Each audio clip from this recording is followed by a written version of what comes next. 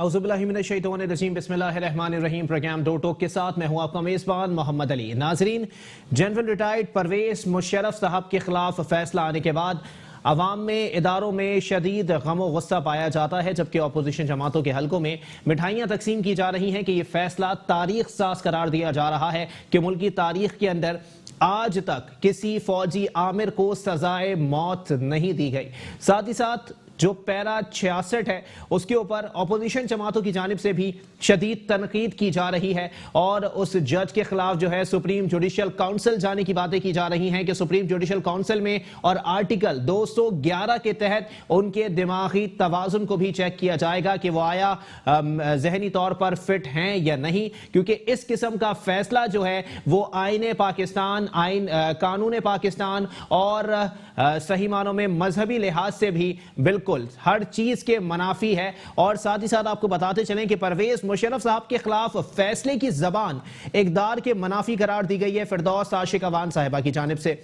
वाज़ेह तौर पर काफी सवालात यहां पर जन्म ले रहे हैं। आज chief justice of Pakistan Asif Saeed Khosa साहब ने बराह रास्त मुशर्रफ केस पर असर अंदाज होने के जो इल्जामात हैं उनको मुस्तरद कर दिया है। उन्होंने कहा कि मेरा उससे कोई ताल्लुक नहीं है, अभी एक खास साजिश के तहत अदलिया को और चीफ जस्टिस को बदनाम करने की साजिश की गई है और ऐसे अनासिर को जल्द बेनकाब कर दिया जाएगा। सच खुलेगा तो बहुत दूर तक निकल जाएगा। लेकिन वाज़ेह तौर पर जिस किस्म का फैसला आया है, अगर उसको कानूनी पहलुओं में जांच लिया जाए, कानून के तकाजों में तोल लिया जाए, तो वाज़ेह तौर पर जो इकदाम 3 नवंबर 2007 को जनरल रिटायर्ड परवेज मुशर्रफ साहब की जानिब से उठाया गया, ये आइन के बरक्स हरगिज नहीं है, बल्कि आइन के आर्टिकल 245 के निफाज को नेशनल इमरजेंसी कहा जाता है, जिसको बाद अज़ां मार्शल लॉ का नाम दे दिया गया। लेकिन पाकिस्तान के अंदर सियासतदानों ने मार्शल लॉ को एक अजीब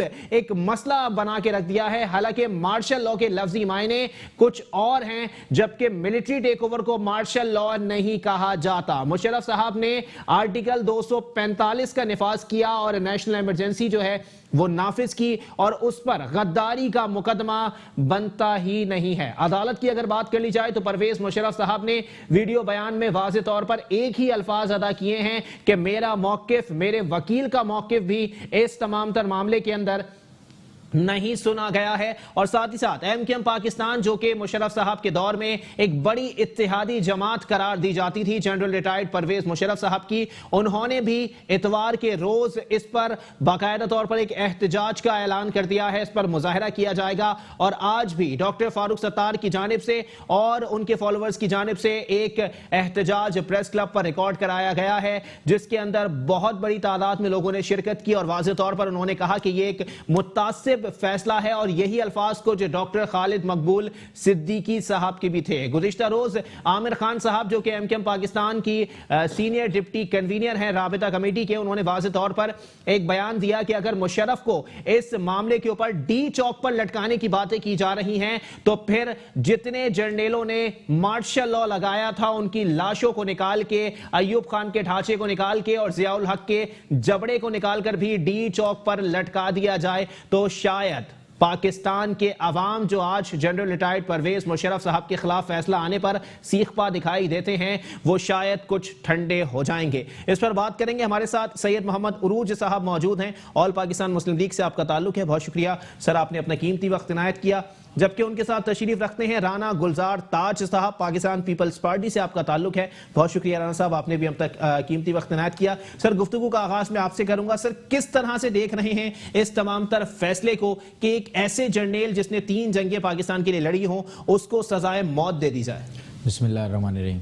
देखें, परवेज मुशर्रफ साहब, ये जो आइन शिकनी केस ये लोग बोलते हैं कि आइन शिकनी हुई, ये क्या मुल्क के मफाद में हुई?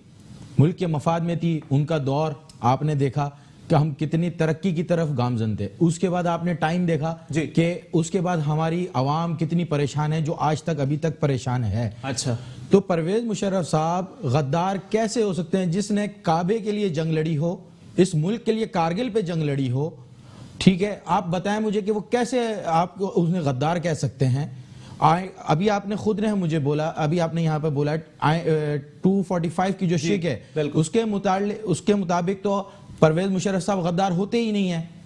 और आप परवेज मुशर्रफ साहब ने जो इमरजेंसी नाफिज की वो सन 2007 में इमरजेंसी नाफिज की, और उसके बाद आर्टिकल 6 का जो नफाज आपने लगाया है वो लगाया आपने सन 2010 के अंदर। तो आपने ये एक इंतकामी कार्रवाई करी, जो मुख्तलिफ पार्टी जिन्होंने वो आइन पास किया, और वो इंतकामी कार्रवाई थी। मैं तो ये समझता हूं इसको। अच्छा, लेकिन उरूज साहब वाज़े तौर पर यहाँ पर ये चीज़ें भी सामने आती हैं कि अगर एक जर्नेल जो है अगर उसने जंगें लड़ी हैं पाकिस्तान के लिए तो वो गद्दार कैसे नहीं हो सकता? एक ब्रिगेडियर को भी तो इसी चीज़ में फांसी हुई है सर, वो उसने भी तो पाकिस्तान के लिए सर्व किया। उन्होंने पाकिस्तान की जो सिक्योरिटीज की जो भी चीजें थी वो उन्होंने लीक करी। ठीक है, परवेज मुशर्रफ साहब ने क्या ऐसे कोई एसेट्स किसी दूसरे मुल्क को दे दिए कि जिसकी वजह से उन्हें गद्दार कह दिया जाए? अच्छा, उन्होंने कोई ऐसी नॉलेज वहां पे दे दी, हमारे एटमी बम्स वहां दे दिए, हमारी ऐसी कौन सी एक खास ऐसी चीज थी कि वहां दे दिए जो उनको गद्दार कह दिया जाता है? मुल्क की खिदमत करना गद्दारी है? परवेज मुशर्रफ साहब मुल्क की खिदमत करते रहे, इकॉनमी उनको संभाल के रखी, सारी चीजें उन्होंने सही रखी, तो उसके लिए आपने उसे गद्दारी करार दे दिया। जनाब वाला मुसलसल एक ही बात सुनने में आती है कि जी जरदारी साहब चोर थे, मियां मोहम्मद नवाज शरीफ साहब डाकू हैं, ठीक है ना, लेकिन फिर भी इन्हीं मियां बरादरान को माफी दे के भेजने वाले भी जनरल रिटायर्ड परवेज मुशर्रफ साहब थे। अगर उन्होंने मुल्क का पैसा लूटा था तो उनको सजा होनी चाहिए थी ना, आप लोगों ने माफिया दे दे के बाहर भेज दिया। सर उस वक्त के जो इंटरनेशनली हालात, जी ठीक है, उस वक्त के जो हालात थे और कोई चीजें होंगी जिसकी वजह से उनको, आपको पता है कि क्या क्या चीजें थी। अच्छा, दबाव था? दबाव तो नहीं कह सकते, कुव्वतों का दबाव नहीं, नहीं कुव्वतों का कोई दबाव नहीं था। अच्छा। परवेज मुशर्रफ साहब ना उस वक्त दबाव लेते थे ना आज उनके ऊपर कोई दबाव है। बीमार तो जरूर है। भेजने के लिए पॉलिसी क्या अपनाई गई ये बता। पॉलिसी आपको पता है कि एनआरओ दिया गया। क्यों? वो तो अगर किसी ने मुल्क का पैसा लूटा है सर जी, उसको सजा देंगे या एनआरओ देंगे? एनआरओ जो दिया गया वो सबको दिया गया। अच्छा, कोई उनको तो नहीं दिया गया, और जाहिर सी बात है वो भी असेंबली का फैसला था। अच्छा। कोई परवेज मुशर्रफ का अकेले फैसला नहीं था। ठीक है, ठीक है जी। तो इसी तरीके से जो आर्टिकल 6 जो आज आप कह रहे हैं कि ये क्या कहते हैं परवेज मुशर्रफ ने गद्दारी करी, सबसे पहले तो आप मुझे ये बताएं, जब परवेज मुशर्रफ ने इमरजेंसी नाफिज करी तो वो पार्लियामेंट से अप्रूवल के बाद जाहिर सी बात है एक समरी आई होगी उनके पास जिसको उन्होंने साइन किया होगा और उसके बाद वो हुआ होगा। तो आर्टिकल 6 के लिए अकेले सिर्फ वो परवेज मुशर्रफ साहब हैं, और पार्लियामेंट के लोग किधर हैं? क्यों आप उनका ट्रायल नहीं करते? आप सिर्फ परवेज मुशर्रफ का ट्रायल करते हैं। सही, चले ठीक है। राना गुलजार ताज साहब, गुफ्तगू का आगाज अब आपसे भी थोड़ा सा कर लूं सर, क्योंकि बिलावल भुट्टो साहब जो आपके पार्टी चेयरमैन हैं उनके चेहरे पर काफी स्माइल सी पाई जा रही है इस फैसले के बाद, और अगर मुशर्रफ साहब आर्टिकल 6 के तहत गद्दार थे तो फिर आपके वज़रा ने, आपके वज़ीर आज़म ने वहीं पर खड़े होकर उनसे हल्फ ले लिया। कैसी मुनाफिकत है सर ये? बिस्मिल्लाहिर्रहमानिर्रहीम। शुक्रिया मोहम्मद अली भाई।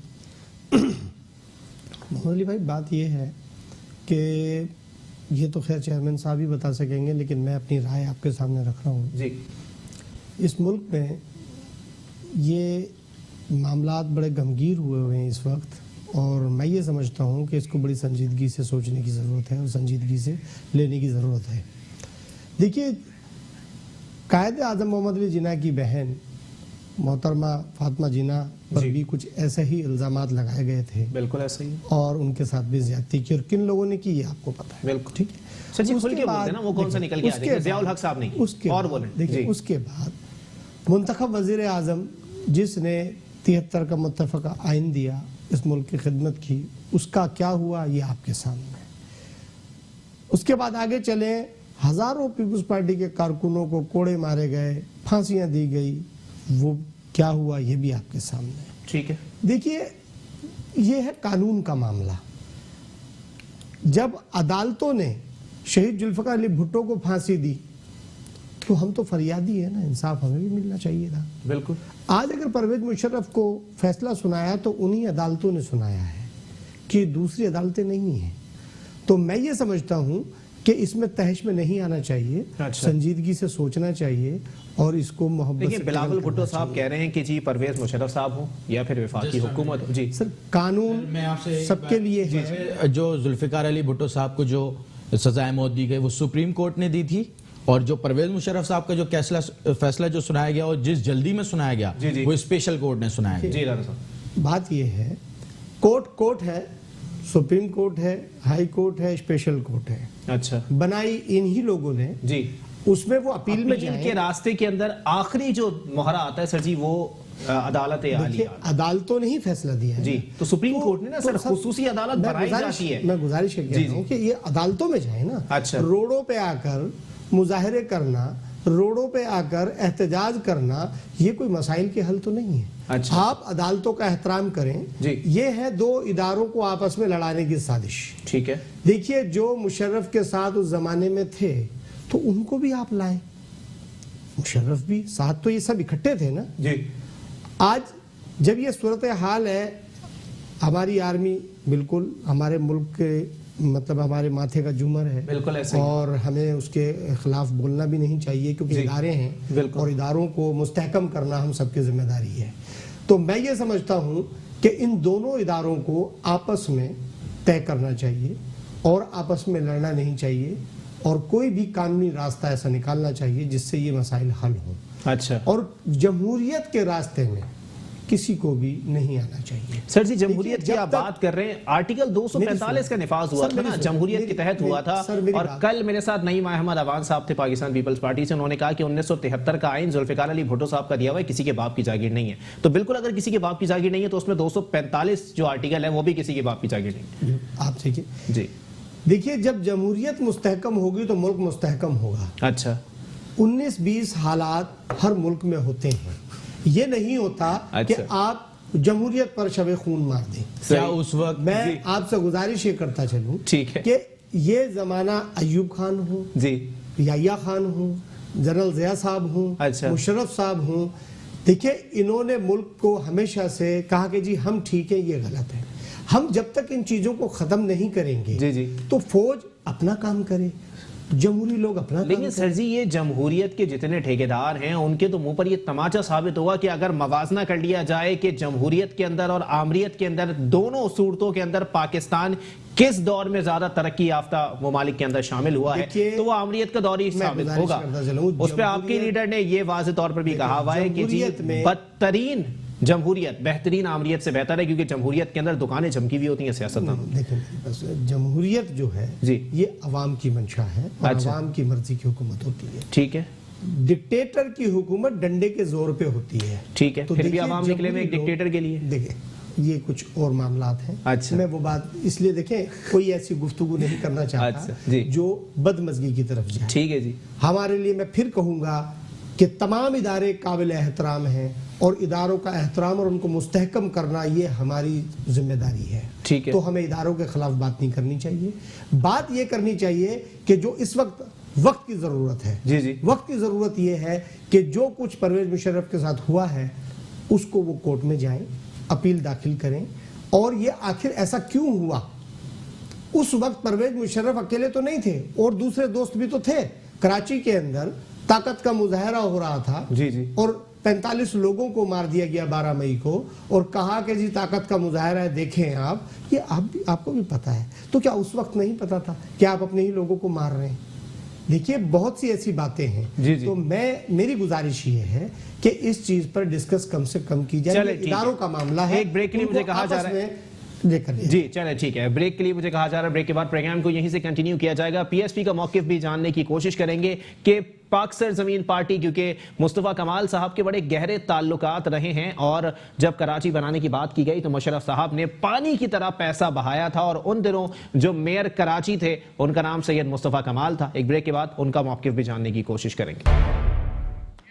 वेलकम बैक नाज़रीन, प्रोग्राम के सिलसिले को आगे बढ़ाएंगे। पाक सरजमीन पार्टी के रहनुमा अजीम मेमन साहब मुझे टेलीफोन कॉल पर ज्वाइन कर चुके हैं। बहुत शुक्रिया अजीम मेमन साहब, आपने अपना कीमती वक्त इनायत किया। जनाबे वाला बताइएगा, मुस्तफ़ा कमाल साहब को तो ज्यादा दर्द होना चाहिए क्योंकि उनके दौर में जितना पैसा मुशर्रफ साहब ने उनके हाथ में दिया, 300 अरब रुपए की बात की जाती है कि मुस्तफ़ा कमाल साहब ने मुशर्रफ साहब के दिए हुए पैसे से कराची को बनाया। लेकिन फिर भी आज मैं एक बार फिर कहता चलूं कि पाकिस्तान हाउस में इतना सन्नाटा क्यों है भाई? अस्सलाम वालेकुम अली भाई। वालेकुम सलाम। आपने मुझे बात पे मौजूद किया, बोलने का मौका दिया जी। देखें बात ये है कि बात तो मुशर्रफ की और आज का मौजूद हमारा परवेज मुशर्रफ है और उनकी फांसी है, लेकिन आपने एक बड़ी अजीब सी बात कर दी कि आज पीएसपी हाउस में इतना सन्नाटा क्यों है। मेरा ख्याल है कि पीएसपी हाउस में सबसे ज्यादा रौनक है। मैं आपको आज दावत देता हूँ कि आप आए और मैं आपको दिखाता हूँ कि वो लोग जिन्होंने अवाम से वोट लिए और जिनके एमएनए और एमपीए आज अपने इलाकों में मौजूद नहीं है, वो छुपते फिर रहे हैं इस्लामाबाद की हवाओं में। तो कराची की आवाम का और कराची की आने वाली हवाओं का रुख इंशाल्लाह पाकिस्तान हाउस की तरफ ही है, और इंशाल्लाह आप ये बहुत जल्द देखेंगे। अच्छा। दूसरी बात ये है कि पाकिस्तान, आपने बात की परवेज मुशर्रफ की, पीएसपी इस फैसले को कंडेम करती है, और जिस तरीके से आर्टिकल 6 के तहत परवेज मुशर्रफ को फांसी की सजा दी गई। देखें, बात यह है कि बात आइन और कानून की होनी चाहिए, और आइन और कानून के तहत जो सजा दी जाती है, जो सजा दी गई, बात इससे बढ़ के है। बात यह है कि सजा में आखिर ऐसा क्या था कि इतनी उजलत में 5 बार उन्हें फांसी की सजा दी गई। पहली बात तो ये है। दोबारा उसके बाद पैरा 66 को अगर आप गौर करें तो इसमें कोई जाति को रंजिश की बू नजर आती है कि किस तरीके से उस पे उन्होंने बताया कि उनको 3 दिन तक जो है वो डी चौक पे लटकाया जाए। मतलब ये बात नाकाबिल कबूल है, और उसे तमाम अवाम ने, तमाम सियासी जमातों ने और अफवाज पाकिस्तान ने भी उसे मुस्तरद कर दिया है। तो मैं ये समझता हूँ कि इस पे कोई जुडिशल कमीशन बनना चाहिए, और उसको आगे इस पे रिव्यू करना चाहिए, और हमें देखना चाहिए कि आखिर परवेज मुशर्रफ ही का नाम क्यों फांसी के लिए चूज किया गया। इसमें लेकिन अजीम मेमन साहब, यहाँ पर कुछ लोग ये भी कह रहे हैं, और खासकर आपके नाकदीन में शुमार होते हैं डॉक्टर खालिद मकबूल सिद्दीकी साहब, जो कि कन्वीनर हैं एमकेएम पाकिस्तान के, उन्होंने कहा है मुत्तासिब फैसला है। मेयर कराची साहब का कल का बयान है कि उर्दू बोलने वाला जो होगा उसको बिल्कुल इसी किस्म की सजाएं दी जाएंगी। मुत्तफिक हैं आप इस बात से? बात ये देखें, एमकेएम की देखिए, जहां तक बात ये है ना कि वो डूबते को तिनके का सहारा वाली बात है।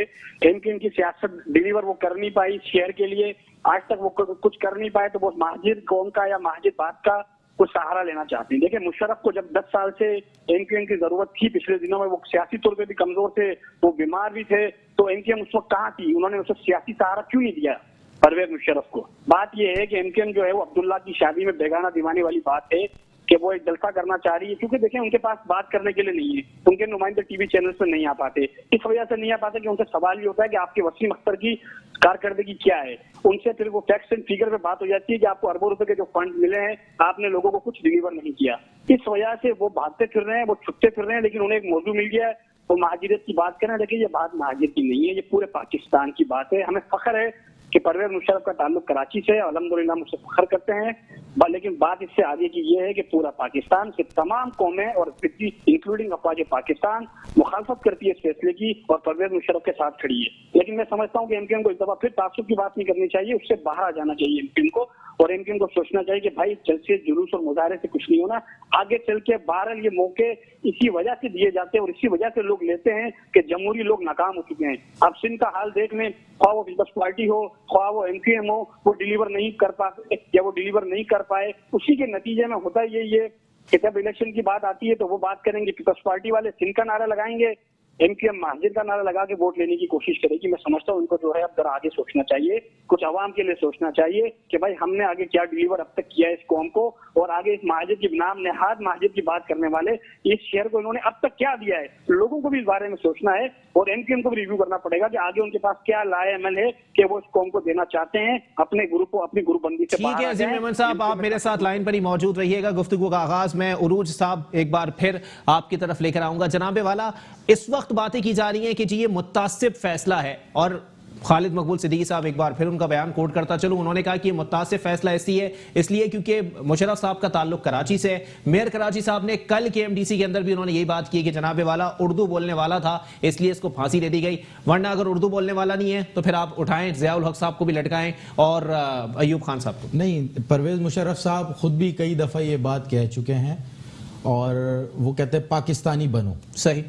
और हम पाकिस्तान, बीइंग अ पाकिस्तानी, मैं ये देख रहा हूँ कि उर्दू बोलने वाला ये उनका अपना मौक़िफ़ है, लेकिन मैंने ये देखा उर्दू बोलने वाले के लिए डेरा बुगडी से भी कल बहुत सारी रैलियां निकली हैं, बिल्कुल ऐसे जो ख़वातीन ने निकाली हैं, सिब्बी से भी रैलियां निकली हैं, और पूरे पाकिस्तान से रैलियां निकली हैं। तो इसमें उर्दू बोलने वाला नहीं, इसमें सालार पाकिस्तान का बहुत बड़ा किरदार है। ठीक है, मैं ये समझता हूँ। अच्छा, ठीक है। जनरल राइट परवेज मुशर्रफ साहब के ऊपर आइन शिकनी की बातें की जाती हैं। उन्होंने कहा कि एक वक्त में जो बंदा मुक्के दिखाया करता था अदालतों को भी, आज अदालतों ने अगर फैसला दे दिया है तो इसमें अभाम किस चीज़ का है, इसमें गलत बात क्या है, और पाकिस्तान की तारीख का सबसे बड़ा फैसला एहसन इकबाल साहब ने इसको करार दिया।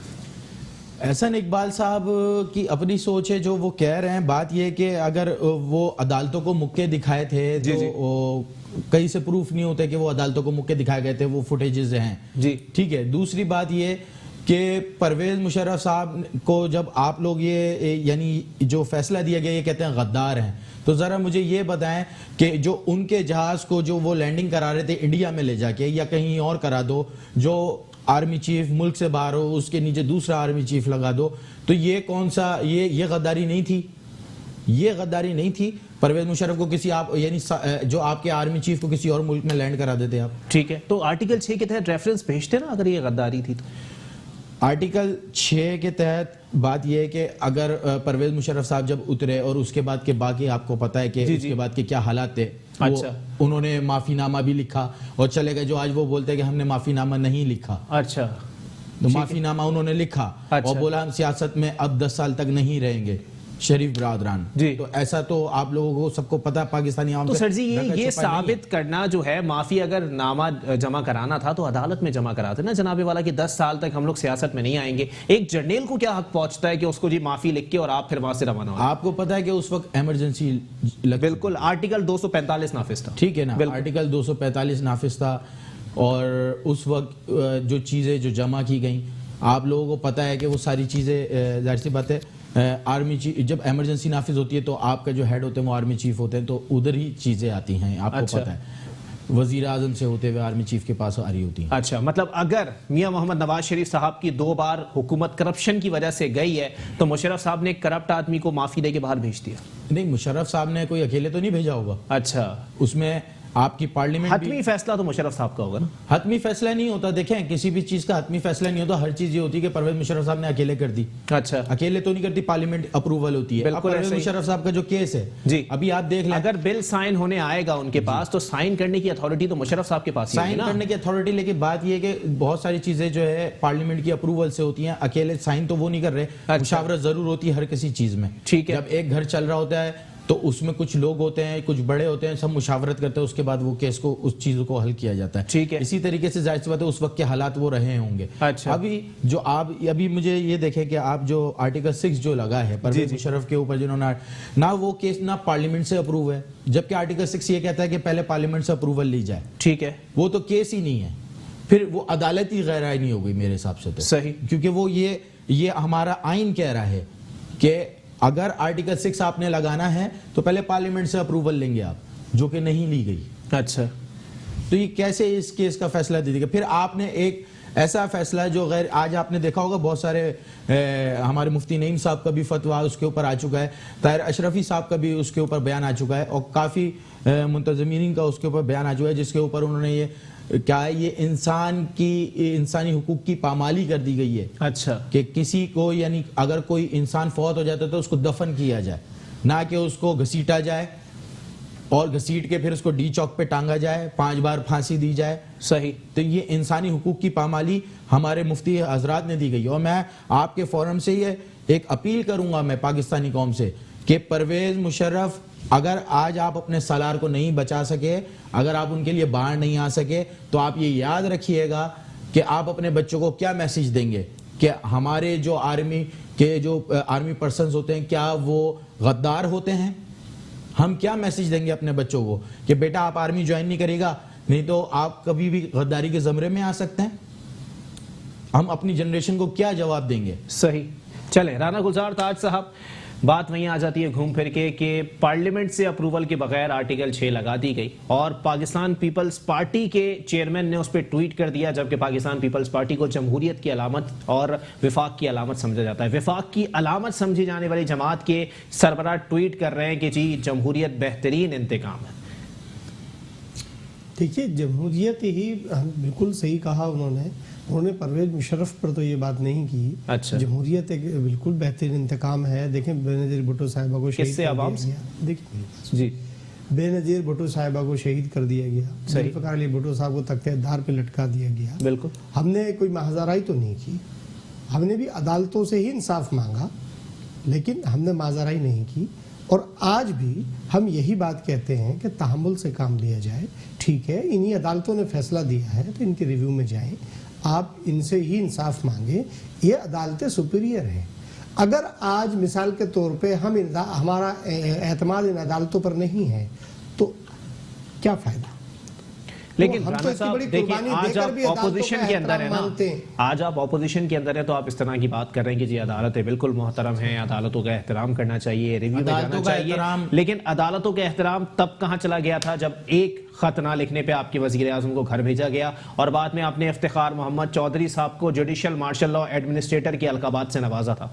तब कहां गई थी सर ये जमहूरियत? तब कहां गया था ये अदालतों का एहतराम? देखिए वजीर आजम को घर भेजा जी, यही क्या हुआ उस मेमो गेट का केस का? कोई कुछ नहीं हुआ। जितने केसेस हैं, देखिए जब उस केस का फैसला हो चुका है जी जी। आप अंडर प्रेशर कर रहे हैं कि जी खत लिखें, जिसका केस डिस्पोज ऑफ हो चुका है तो उस पर आप खत क्यों लिखवा रहे हैं? बहुत सारी ऐसी बातें हैं, मैं आपसे फिर वही गुजारिश कर रहा हूं बिल्कुल कि देखिए जितनी हम बातें करते जाएंगे महाजराई की तरफ जाएंगे, बेहतर तरीका मेरी नजर में ये है। देखिए अगर कायदीन के बयानात इस किस्म के आएंगे, चले ठीक है, आज बीबी शहीद का बेटा कह रहा है कि जी जमहूरियत जो है बेहतरीन इंतकाम है। एक वक्त में बीबी शहीद साहिबा का 7 नवंबर 2007 का बयान है कि इफ्तिखार मोहम्मद चौधरी साहब के घर पे झंडा मैं लहराऊंगी। 11 दिसंबर 2007 का उनका बयान आ जाता है कि जजेस को सियासत करनी है तो सियासी जमात बनाए, हम बाइकआउट करने नहीं बैठे हुए यहाँ पे। देखिए ये सियासत की बात, तो जब जमहूरी पार्टियों को बाइकआउट का कहा जाएगा तो क्यों कहा जाए? अवामी राय आमा का एहतराम किया जाए। अच्छा। आप इलेक्शन देखिए, इलेक्शन प्रोसेस है, उसमें क्यों हम बाइकआउट करेंगे? आवाम से हम रुजू करेंगे। आप कौन होते हैं ये किसी भी सियासी जमात को ये कहना कि जी आप बाइकआउट करें, आप इलेक्शन न लड़ें और कोई दूसरा उसकी जगह इलेक्शन लड़े? देखिए जमहूरी इदारे अपना काम करें, फौजी इदारे अपना काम करें, अदालती इदारे अपना काम करें। तमाम इदारे जब अपनी अपनी जगह पर काम करेंगे तो मैं ये समझता हूँ महाजराई नहीं होनी चाहिए। इस महाजराई से मुल्क कमजोर होता है। अच्छा, मैं फिर आपसे ये बात करूंगा, कोई भी जमात या कोई भी इदारा हो, हमें इदारों से महाजराई से गुरेज करना चाहिए। बिल्कुल इदारों से महाजराई से गुरेज करना चाहिए। जुल्फिकार अली भुट्टो साहब को फांसी भी तो इन्हीं अदालतों ने दी है। देखिए मैंने तो आपसे भी कहा जी, ये कहते हैं जी माफी महाजराई ना करें ना, उसको अदालती कत्ल करार क्यों दे रहे हैं? देखिए बात ये है कि साबित होता ना जी, आपने मुंतखब वजीर आजम को उठाकर तख्तेदार पे लटका दिया। देखिए दोनों तो केसेस के अंदर मवाजना क्या है, दोनों केसेस के अंदर अगर आप देख लेंगे दोनों चीजों में सेम चीज क्या है, तो जी यहाँ भी एक ही इख्तिलाफी नोट था और यहाँ भी एक ही इख्तिलाफी नोट है। यहाँ भी सजा हो गई तो उसको अदालती कत्ल करार दिया जा रहा है और यहाँ पे अगर सजा हो जाती है तो उसको तारीखी फैसले के अलगावात से नवाजा जाता है। गैर आईनी अदालत से, गैर आईनी अदालत के फैसले को जी हम कह रहे हैं। अच्छा, हमारी अदालतें कैसे हो सकती हैं? क्योंकि वो नहीं, वो पार्लियामेंट से अप्रूवल ही नहीं है उसकी, वो पार्लियामेंट से अप्रूवल नहीं है। आपको फैसला दे दिया वो नहीं, वो पार्लियामेंट से अप्रूवल नहीं है उसकी। आर्टिकल 6 की अप्रूवल पार्लियामेंट से होनी चाहिए। वजीर आजम साहब बताएंगे ना? नहीं, ये तो वजीर आजम साहब बताएं। ये नून लीग के दौर में जब ये रजिस्टर हुआ केस तो ये वो बताएं, ये वो बताएं कि उन्होंने कैसे वन मैन शो के ऊपर उसको रजिस्टर कर दिया। मैं तो कहता हूँ सजा के क्यों उन्होंने वन मैन शो के ऊपर रजिस्टर किया? होनी चाहिए अकेले सिर्फ एक, क्योंकि वो नवाज शरीफ की इमाम पे उसको रजिस्टर किया। और फिर बात दुनिया पाकिस्तान में 2 जनरल ऐसे हैं, जनरल जिया और जनरल मुशर्रफ साहब जी जी, जिन्होंने अपने ही साइन से इंस्ट्रक्शन लेते रहते थे। अच्छा जी, तो बात यह है कि जब आप रिटायर हो रहे तो आप जाइए ना।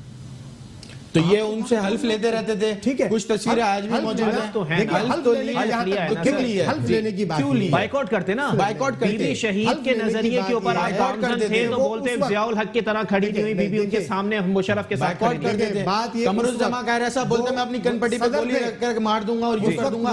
वो साहब और जब उनसे हेल्प लिया, लेकिन बार रुखसत वो गए। अच्छा, ये पीपुल्स पार्टी ने उनको रुखसत कराया, उन्होंने इस्तीफा दिया। अच्छा, ये शहीद जुल्फिकार अली भुट्टो का ही नजरिया था। अच्छा, आसिफ अली जरदारी की ही जरूरत थी कि अच्छा, परवेज मुशर्रफ बाइज्जत तौर पर जो है वो इस्तीफा देकर गए। अच्छा, एक डिक्टेटर को बाइज्जत तौर पर एक जमहूरी जमात ने रेड कारपेट दिया। सर जी इससे बड़ा लतीफा मुझे नहीं सुनने को मिला। देखिए नहीं, ऐसी बात नहीं है। अच्छा, उनको देखे जाना पड़ा जी। आखिरकार उन्होंने ये नहीं कहा, उनको हमने मजबूर किया कि आप रिजाइन करें और उन्होंने रिजाइन किया। और फिर जमहूरी हुकूमत कायम हुई। और मैं आज भी यही कहता हूं, वो जमहूरी हुकूमत ने पहले उससे हल्फ लिया, उसके बाद उन्होंने उसको रिजाइन किया। पहले इन लोगों ने हल्फ लिया, उसके बाद उन्होंने रिजाइन किया। और जहां तक जजों का ताल्लुक है, सजा का ताल्लुक है, ये अदालती फैसले हैं। इसको बिल्कुल जो अदालत का तरीका है, कानून का तरीका है, उस तरीके से लेके हम भी तो यही कह रहे हैं। माजाराई पर ना लेके जाए। चलें ठीक है, अजीम मेमन साहब से इसका जवाब ले लेते। जनाबे वाला, आर्टिकल 6 के हवाले से जो शिक मौजूद है उसमें वाज़ेह तौर पर कहा गया है कि पार्लियामेंट से अप्रूवल के बगैर आप आर्टिकल 6 नहीं लगा सकते। आर्टिकल 6 पार्लियामेंट से अप्रूव हुई नहीं है और यहां आर्टिकल 6 के तहत एक जर्नेल को लटकाने की बात की गई, बल्कि ना सिर्फ लटकाने बल्कि डी चौक पे लटकाने की बातें की गई।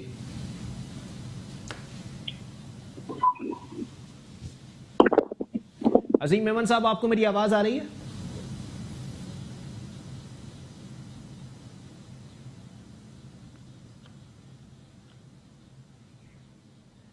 अच्छा, आवाज जो है वो उन तक मेरी नहीं पहुंच पा रही है। एक ब्रेक के लिए मुझे कहा जा रहा है, ब्रेक के बाद प्रोग्राम को यहीं से कंटिन्यू किया जाएगा।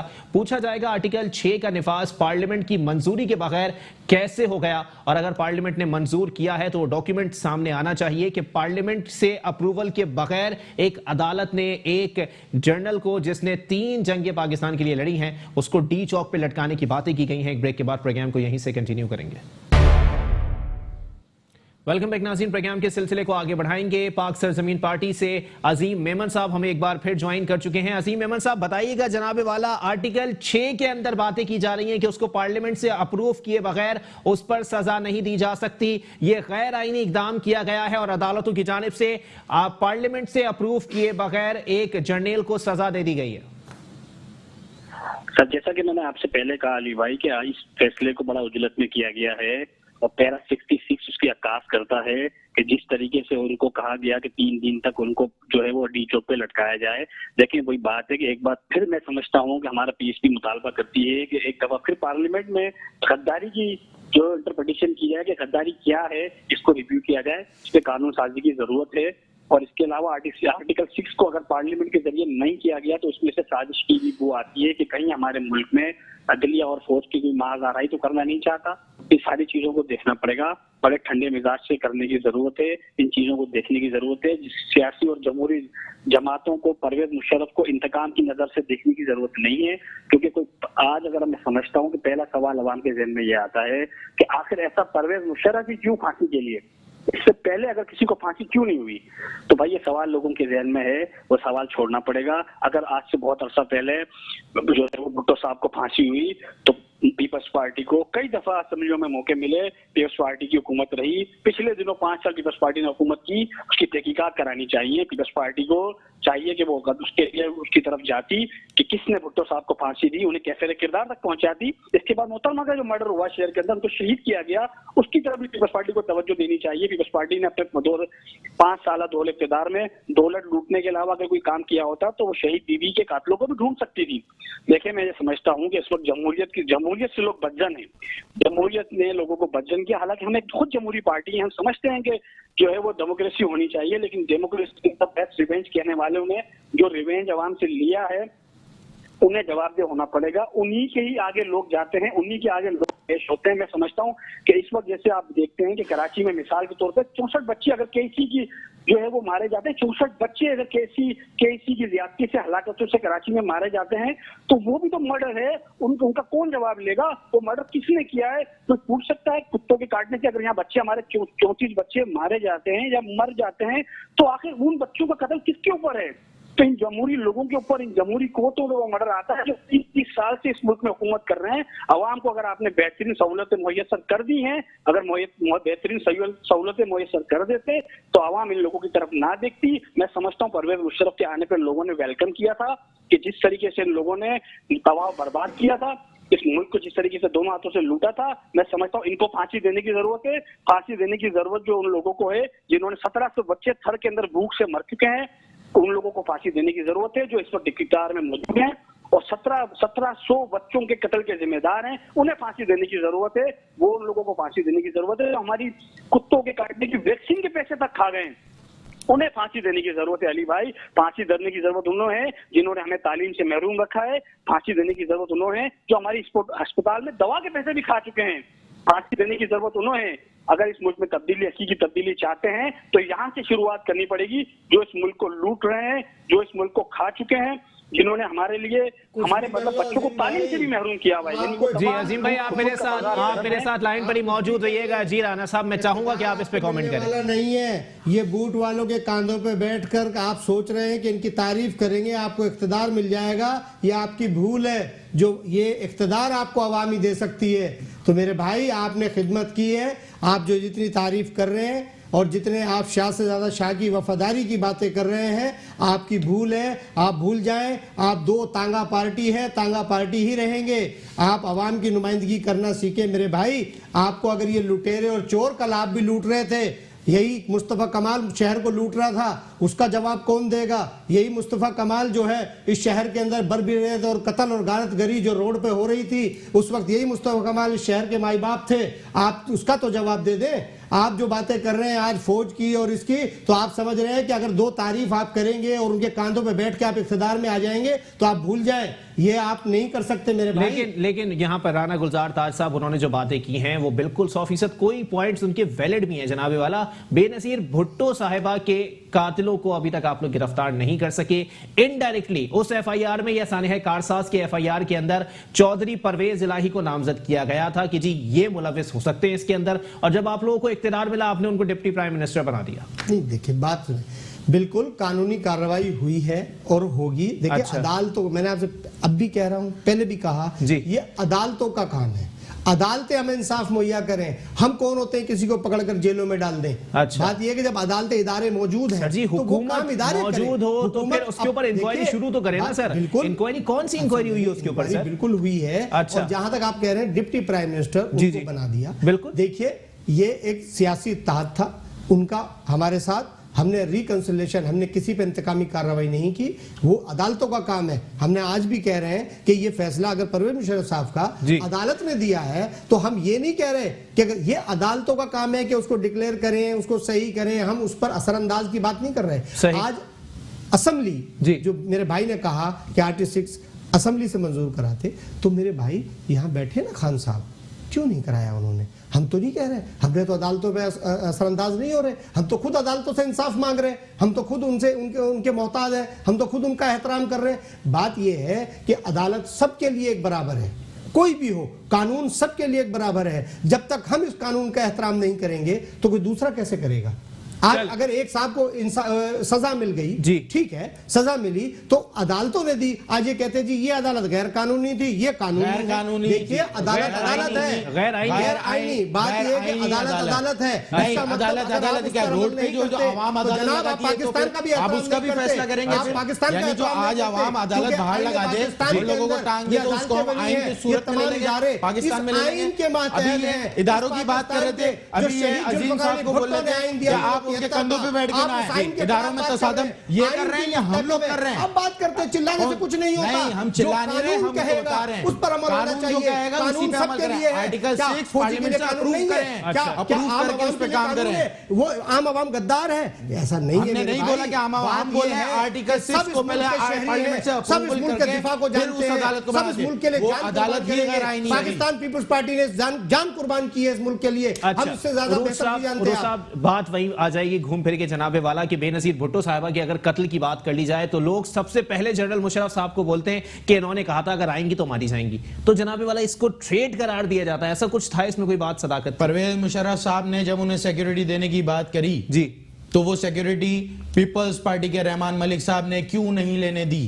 अच्छा, क्यों नहीं लेने दी? जो परवेज मुशर्रफ साहब अपने बयानात में अक्सर बोलते हैं कि मैंने सिक्योरिटी थ्रेट्स की वजह से उनको कहा कि आप हमसे सिक्योरिटी लें। अच्छा। सिक्योरिटी पीपल्स पार्टी ने खुद नहीं ली थी। अच्छा, तो उसमें जिम्मेदारी है, तो जिम्मेदारी है, तो जिम्मेदारी लें आप। जब बोलेंगे उनकी जिम्मेदारी दे रहे थे, हम ले रहे थे, हाकिम दे रहे थे, आपने हाकिम को पीछे किया, आपने आपका काम है क्योंकि आप हाकिम का वक्त है। आप क्या बात करते हो? उसको कौन होता है? वजीर दाखिला बाद में बने, वो मुशर्रफ साहब के दौर में, उसके बाद बने। अच्छा, ठीक है, पूरा प्लान था।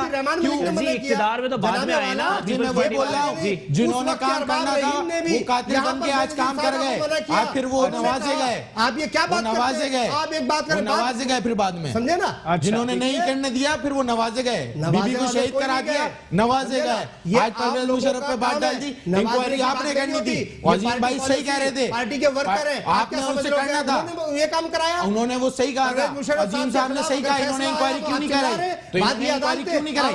अभी इन्होंने बोला हमने उन्हें बड़े आराम से जाने दिया, आप रोकते, ईसीएल में नाम डालते, आप इंक्वायरी करा लेते, ये तरीका है आपने क्यों नहीं कराई इंक्वायरी? आईन है पाकिस्तान को कराते, जो आईन है, जो कानून है, इस कानून के पाबंद बने। इंक्वायरी बनती थी, अगर आपने रेड कारपेट देके बाहर क्यों भेजा? आप रोक देते ना, अब ईसीएल में नाम डाल के रोक दे, इंक्वायरी आप रोक दे, आप बोलते हैं हमें इंक्वायरी करनी है, वो जा रहे थे, नहीं करी, आप रोकते, आप इंक्वायरी करते, आपने इंक्वायरी क्यों नहीं करी? हजारों कारकुनों ने कोड़े खाए, आज तक कोई माफी मांगने वाला नहीं है, कोई पूछने वाला नहीं है, यार इनके साथ जुल्म हुआ। आप एक शख्स को अगर फांसी की सजा हो गई तो आप इतना चिल्ला रहे हैं, अरे भाई अदालतों में जाए। सर जी, अगर कत्लो गारत और कोड़ों के ऊपर निकल के आएंगे तो कराची के नफीस लोग भी निकल के आ जाएंगे इसी बात के ऊपर। आपसे वही बात सुने, जो मेरे भाई अगर नफीस की बात करते हैं आप, जिस मेरे भाई अजीम मेमन ने भी बात की, तो इनके जमाने में क्या हुआ? अच्छा, हजारों लोग रोडों पे मारे जा रहे थे, और ये ऊपर से अकेले मार रहे थे, वो उज़ैर बलोच साहब किधर गए? उस वक्त अकेले मारते थे, बाकी उज़ैर बलोच साहब किधर गए? उज़ैर बलोच साहब किधर गए? देख सकते हैं अकेले मारते थे, लैंग्वेज क्या होती थी। अच्छा, आज वो बात करते हैं शहर की और उसकी,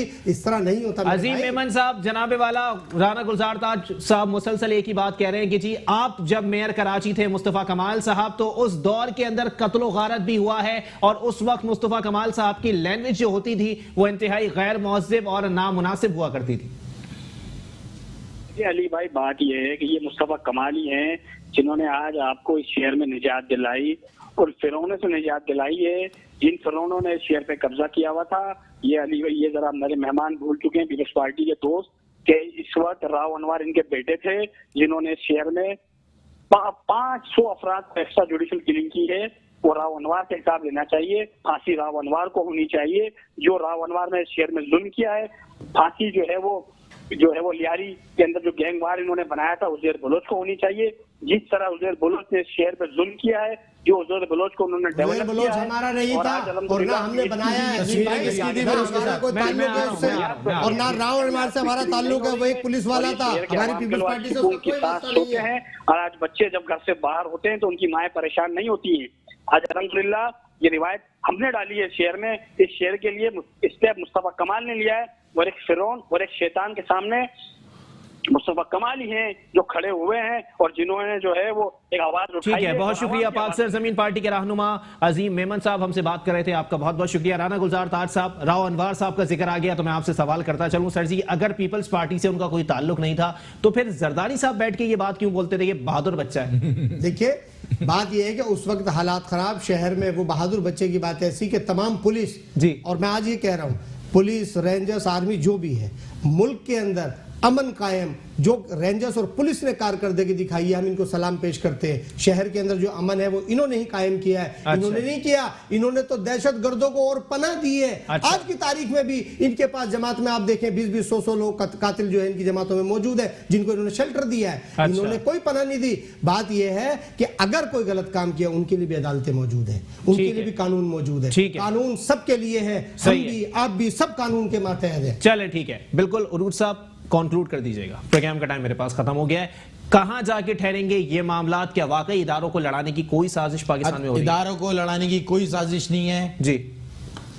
परवेज मुशर्रफ के लिए मैं इस प्लेटफॉर्म से फिर एक गुजारिश कर रहा हूं इस पाकिस्तानी आवाम से कि आप अपने इदारे, यानी जो हमारा मुअज़्ज़ब इदारा है आर्मी, हम अगर अपने बच्चों को चाहते, यानी जो हमारे ज्यादा ख्वाहिश होती है कि हमारे बच्चे आर्मी में जाएं, तो मैं आज फिर इस प्लेटफॉर्म से गुजारिश कर रहा हूं कि बाहर निकलें, उनके हक में निकलें, क्योंकि ये केस आप भी समझते हैं, मैं भी समझता हूं, कुछ समझ के भी ना समझने वाले ना समझे कि ये केस गैर आईनी है। ठीक है, बहुत शुक्रिया। एपीएमएल से सैयद मोहम्मद उरूज साहब हमारे साथ मौजूद थे, पाकिस्तान पीपल्स पार्टी से राना गुलजार ताज साहब हमारे साथ मौजूद थे, पाक सरजमीन पार्टी से अजीम मेमन साहब ने हमें टेलीफोन कॉल पर ज्वाइन किया था। आप तीनों मेहमानान का बहुत बहुत शुक्रिया।